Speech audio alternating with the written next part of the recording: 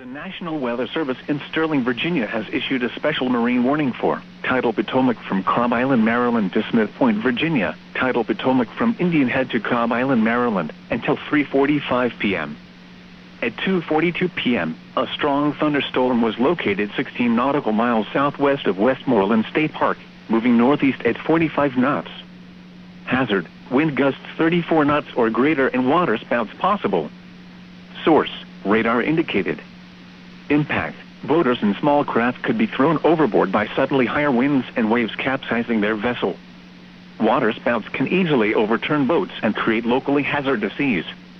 Locations impacted include Breton Bay, Cobb Island, Colton's Point, St. Clements Bay, Coles Point, Westmoreland State Park, Wicomico River, White Point Beach, Namini Bay, and Tall Timbers.